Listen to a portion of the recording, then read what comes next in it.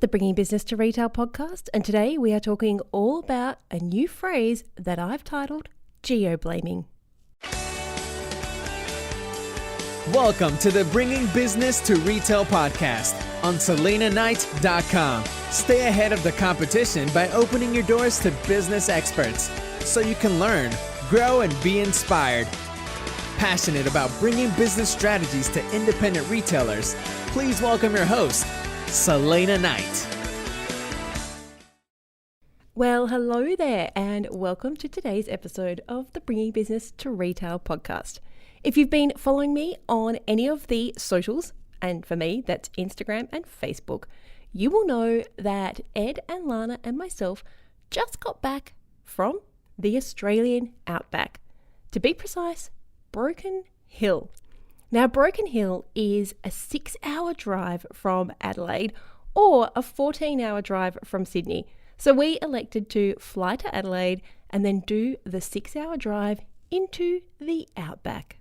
And I have to say that I have never seen such a dramatic change whilst I was driving along. So in Adelaide, it was cloudy and rainy and beautiful and lush and green.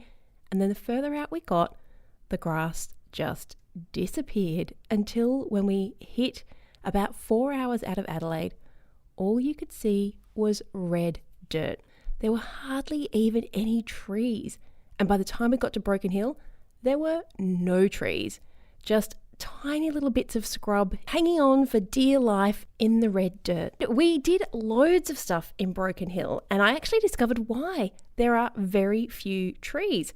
And it's because back in the days when mining fueled the whole of Broken Hill, they actually cut the trees down and they used them in the mines to what looks like prop up the rock outcrops. And of course you're thinking, but hold on, how can trees hold up, like dead trees, hold up huge amounts of rock? Like we're talking, we were 100 feet underground.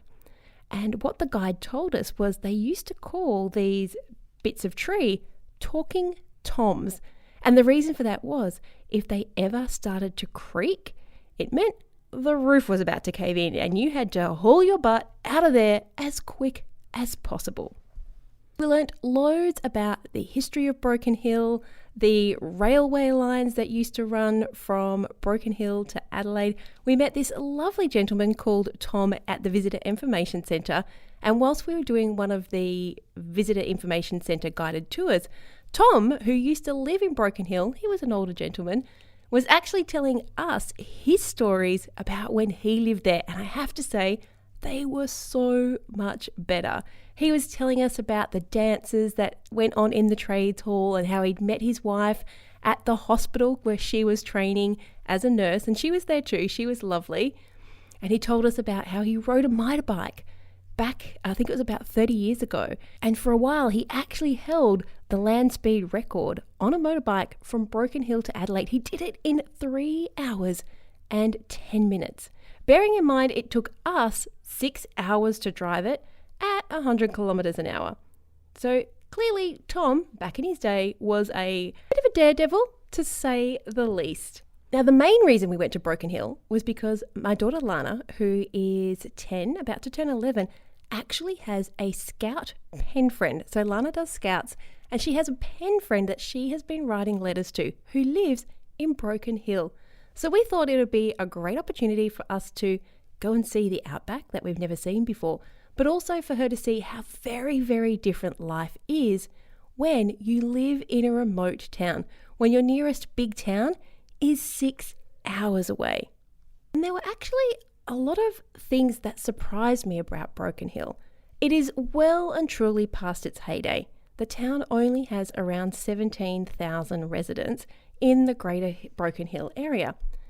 But whilst there were quite a few shops that were empty, and these were shops that clearly, sprung up in the early 1900s, 1910, 1920, when Broken Hill was at its peak, there were a lot of businesses who were doing a roaring trade. So I want to talk to you about that today. I want to talk to you about this thing that I call geo-blaming. And it was all brought about from a question that I got sent from a lovely lady called Sylvia. And here is the question. You may have seen it in my newsletter where I did talk about this a little bit, but after visiting Broken Hill, I want to give you a few insights into what I saw happening firsthand. So Sylvia wrote to me and said, together with my husband, I own a homewares and hardware store in a small country town. We have a population of 9,000, plus we have a few more in summer. We've been in business 6 years, but the past 3 have been really tough, and we've been running close to a loss for over 12 months. We thought being the only store of its kind in town would mean that we would have a steady stream of customers, but despite selling cheaper than online stores, adding a range of hardware to our store, and bringing in discount lines, people are still driving 100 kilometres to a larger town to shop.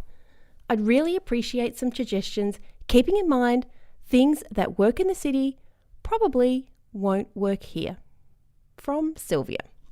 Okay, so if you're on my newsletter list, a couple of weeks ago, maybe 6 to 8 weeks ago, I shared an email of my top 3 strategies to go big in a small town, which probably is what prompted Sylvia to write in. Now, I prefaced that email, and I want to preface this episode by saying I am not insensitive to the fact that many small towns are seriously struggling right now. Our regional and rural areas, I know that they're subject to fluctuations that we just don't have to consider in the city quite as much. And I'm not talking about just here in Australia. I'm seeing this happen all over the world. However, and yes, there is a however, I hear from several rural retailers every single month who tell me the backstory to their business struggles, and it's clear to me, because this is what I do for a living, that location is not the issue. What I've found is it's a matter of losing sight of some fundamental pillars of business, but their location has become the excuse that they're clinging on to for being stuck where they are. Now, you know that I call it how I see it, right? So I'm telling you all of this from a place of love. I'm going to share with you in this episode 5 strategies that are based on some pretty fundamental business principles of running a retail business. It doesn't matter if you're in the city or if you're in the country. The only difference is if you're in a small town, the focus is so much smaller. All the eyes are on you. People are very quick to make judgments, and they don't necessarily like to change once they've made that judgment. So you need to nail these things. If you've been in business some time, you'll probably think you know all of this, but I challenge you to be really honest with yourself and dig deep and see if you are doing all of these things. Are you ready to jump into it? Okay.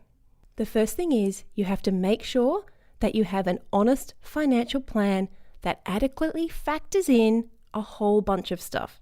And if you've got a pencil, I want you to write these down. You have to factor in the higher costs of getting goods into or out of your town. So we're talking increased postage or increased shipping to get the product to you. Or maybe it's a slow turnaround time or limited shipping. Here in Australia, you don't even have to be rural to run into these problems. If you live on the west coast of Australia, if you live in Western Australia, it can take 2 weeks for the postal system to get you product that you've purchased from the East Coast. So the East Coast is your Brisbane, Sydney, and Melbourne.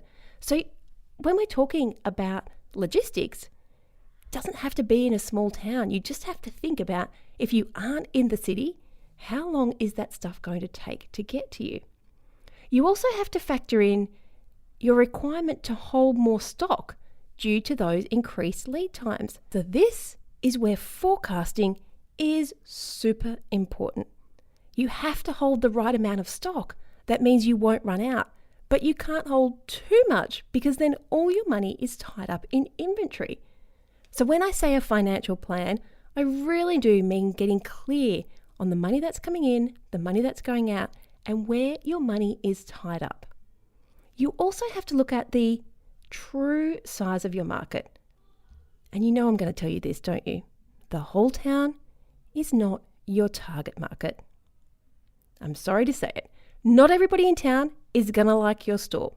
Even with the big supermarkets, people have a preference. The sooner that you realize that you're not for everybody, the faster you are going to increase your sales. And when you're putting your financial plan together, focus on seasonal fluctuations. So what are those months when the tourists are coming in and when they're going out? How much do you have to forecast in those periods? What are your peak production times for your suppliers? People who do lots of importing from China know that it can be really difficult to get anything over Chinese New Year. And think about when there are times that people may not be around, such as harvest time. Like here in Australia, when it's harvest time, people aren't going into town to buy their groceries. When you're crafting your financial plan, you also have to look at your projected revenue. So how much are you forecasting, there's that word again, to come in? And when are you going to need the money to pay for the stock? Forecasting your stock and projecting your revenue is going to mean that you're less likely to get caught out when it comes to low cash flow. Now, all of this is useless if you don't know what your break-even point is. If you don't know what it costs you to open the doors every day, and even if we're talking about online, if you don't know what it costs you just to keep the business running, then you don't even know how much money you need to earn. And I can't tell you how many businesses can't tell me what their break-even point is. Once we've got the whole money thing sorted, the second business fundamental is to know who your ideal customer is. This is a no-brainer, guys. You've heard me say this over and over again. When I say know who your ideal customer is, I don't mean know your customer in the country town way of knowing everybody and their entire life story. In the city, it's pretty obvious that not everybody is going to be your customer. But in a small country town where you do really know everyone, it's a little bit harder to objectively work out who your ideal customers are or who are the ones you should be focusing on. You probably set out in business thinking it's a small town, everybody supports everybody else. But you know, and I know, that just isn't the case. Everyone in town is never going to be your customer. So, who is? Work through who your absolute ideal customer is and focus your energy on attracting as many of those people as you can. This exercise will help you focus your stock choices, your advertising, your marketing, even the fit out of your store and the words you use on your website. Now, can I just throw in a personal example here? I have this gorgeous client that I work with. Her name is Stephanie, and she lives in a rural town in South Carolina. Now, just before we jumped on to record this podcast, I actually went and had a look at what the population of her town is, and it is only 6,400 people. Now, Stephanie has a store that has beautiful clothing for women, and we've been working together for a little while. And when we first started working together, Stephanie made this mistake of thinking everyone in the country town was her customer. And she told me that she had everything from $2 flip-flops right through to $100 jackets. And even though she was discounting, people still weren't buying. And I remember her saying to me, if you're listening to this, Stephanie, you'll remember this conversation where she said, the people in this town don't have good taste. They're never going to pay to buy decent clothes. Well, you know how this is going to turn out, don't you? Stephanie has done some amazing work in her business. She's even done a new fit out in her store, all targeted on her ideal customer. She's at the point now where she is turning over more money than she ever has in all of her years of business. And she is focused on bringing in stock that brings in her ideal customer, on marketing to that ideal customer. She even remodeled the store to only bring in that ideal customer. And as a result, the people who are coming in aren't complaining about prices. They aren't complaining about the products that are on the shelf. They aren't in there whinging trying to get a discount. So back to Sylvia. Let's just pretend that Sylvia's ideal customer is a lady called Kay. Now this is purely hypothetical, just to illustrate my point. In saying that, I am drawing on a lot of the experiences that Stephanie has shared with me, combined with what I've learned in my recent trip to Broken Hill. So, Kay lives 100 kilometres outside of town, and she comes in monthly to do her grocery shopping. Now, she doesn't think twice about dropping $500 on the pretty stuff at Sylvia's store. Homewares, candles, birthday cards, you name it. She tells all of her visitors who stop in to go into Sylvia's place when they go through town. And she often phones up during the month to have gifts shipped to her friends and family in the city. Now, if it was me, I would focus my energy on getting as many Ks as I possibly could. I would stock all the things that Kay loves. I would invite Kay to VIP launches when I know that she's coming into town, and I would treat Kay like the goddess that she is. But Sylvia is focusing about 10% of her energy on people like Kay. Remember, this is 100% hypothetical. I don't actually know Sylvia's circumstances. I'm pulling this information from my experiences of working with people in rural towns. So Sylvia's focusing about 10% of her energy on people like Kay and about 8% of her energy on people like Gary. She's trying to keep Gary happy. Now, Gary lives behind the pub and he drops in several times a week to buy random hardware items for around $5 to $10 each. Worse still, every time he comes in, he argues about the price of every single item. And he tells everyone in town who'll listen that Sylvia's store is too expensive. And then he goes on to whinge about the girly crap that he has to walk past to get to the hardware. There are a lot of people like Gary in town, so Sylvia feels like she needs to keep them happy. Because without them, she's scared that nobody's going to come in. I'll let you fill in the rest of the Gary and Kay scenario, right? You know what's going to happen there. Smart retailers, like Stephanie, will focus on the Ks. They will focus on less people who spend more money. They'll focus on the people who love what you sell and will tell everybody about you. Make those people like Kay happy, and you don't have to worry about money in the cash register because they will do all of your advertising for you. Which brings me on to the number 3 thing that you need to do to stop geo-blaming why your sales are down. And that is that change isn't optional. It is 100% necessary. Nothing is more depressing than heading into a town that looks like it hasn't changed in 10 or 20 or 30 years.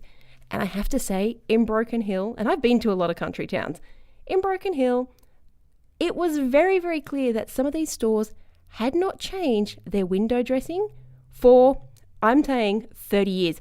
The dust on some of the window displays was so thick. I actually think that was the first display they ever put in the window, and it's never been changed since. Like I said, I've been to a lot of country towns and I see the same things over and over again. I hear too many rural retailers say, "Oh, I can't change anything because the locals don't like change." Oh my goodness, if I had $1 for every time I heard that. Well, I hazard that for every local who doesn't like change, there's 2 who love change. So I'm going to call a great big BS on people don't like change. Change is scary for anyone. And if you think that you're going to come up against opposition, it's even more scary. But sorry, business is not a walk in the park. Evolving isn't optional.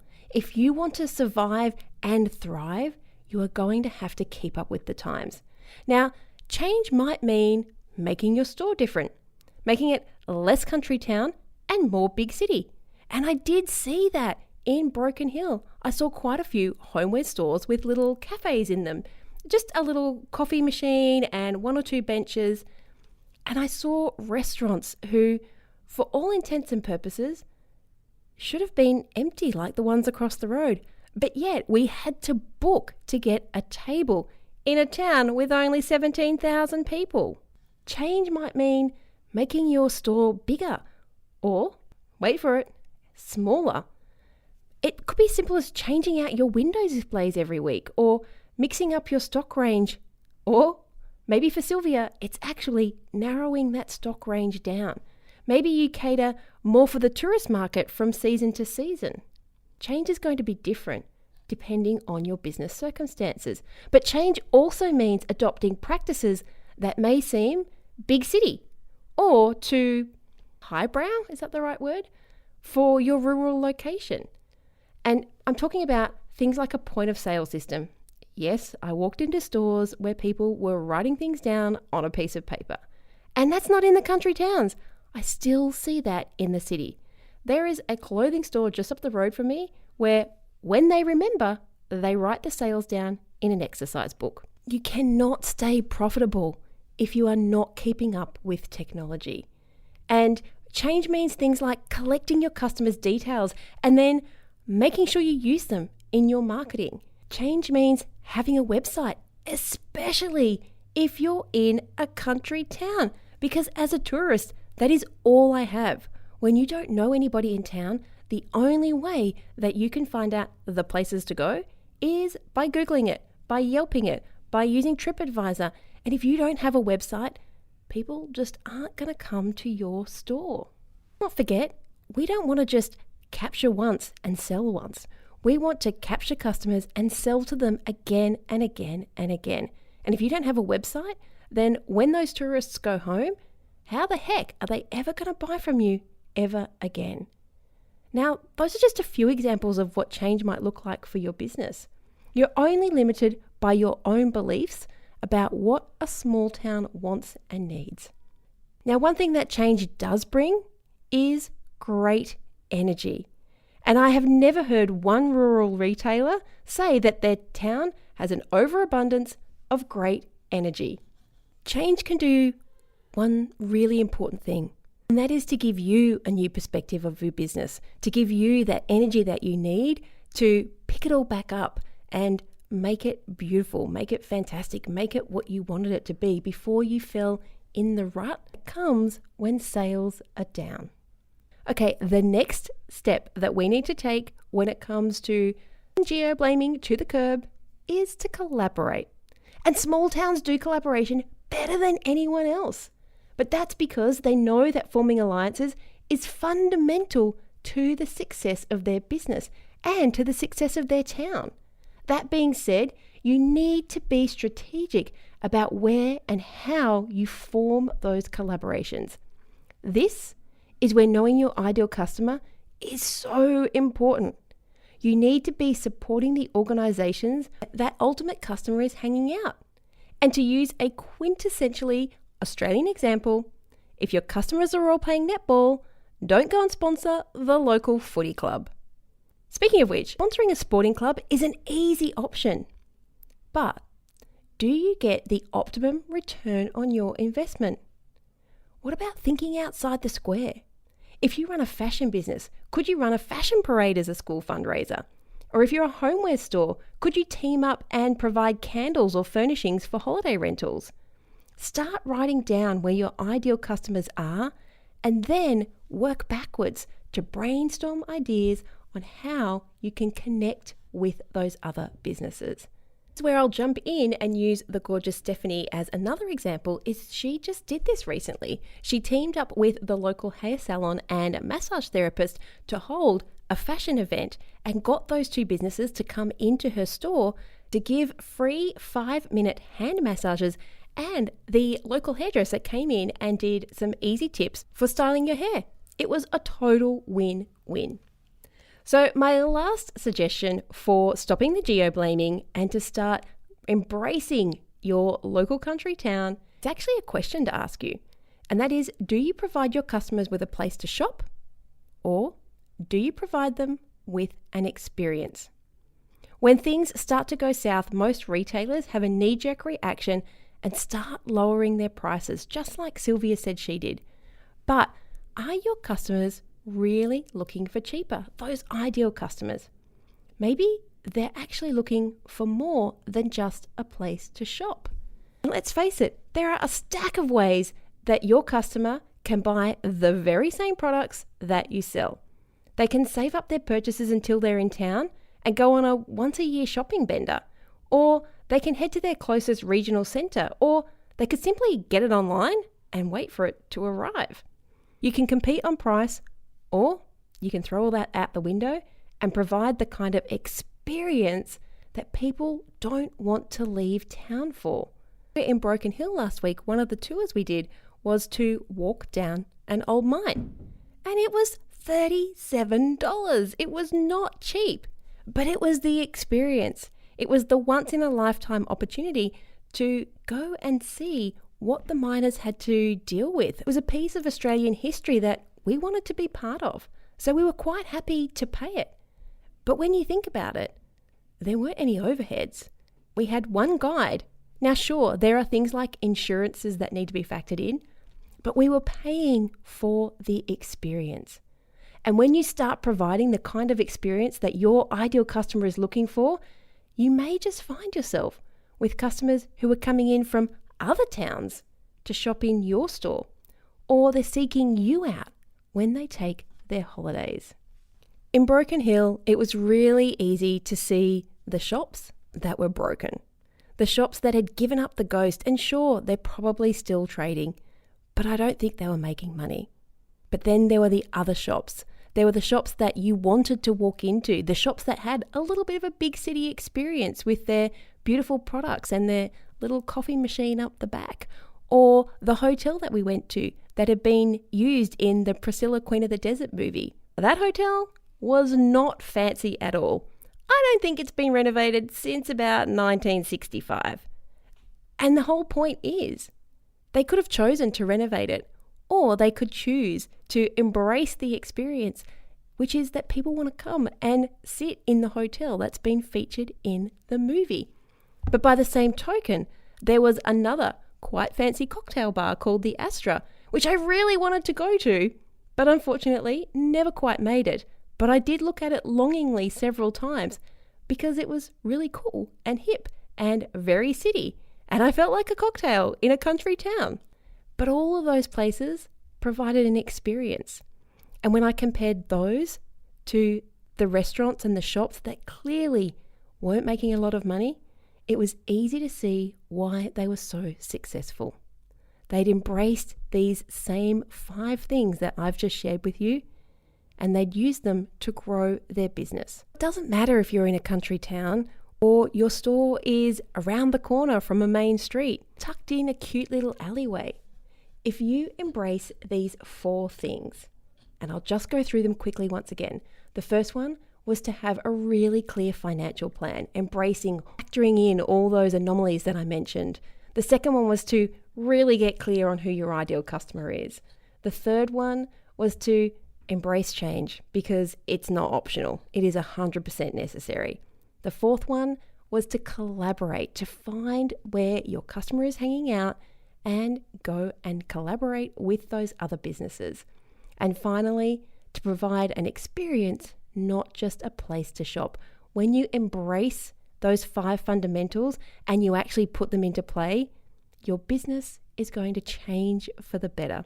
Well, I know that what I've had to say today could be a little bit controversial. So if you want to weigh in and give me your thoughts, feel free to do so. Head over to selinaknight.com and leave a comment on this episode. Feel free to comment on social media when I pop this one up online. That's all for this week. Next week, we are going to talk about how just about any business can cash in on a $1 billion industry. Until then, be profitable. Be profitable. Be profitable. Be profitable. I hope you enjoyed this week's episode of the Bringing Business to Retail podcast. You can find all of the show notes over at selinaknight.com. If you found something that you heard today particularly useful, I'd love it if you could leave me a review on iTunes or Stitcher. And of course, feel free to share this episode with someone that you think could benefit by listening to it. Want more retail biz strategies? You can watch the Bringing Business to Retail TV show, where each week I'll answer a question or provide you with a simple, actionable retail biz strategy that you can implement in your business right away. If you have a question or a guest, I'd love to hear from you. Drop my team an email at podcast@selinaknight.com, and I'll see you on the next episode. Have a great week.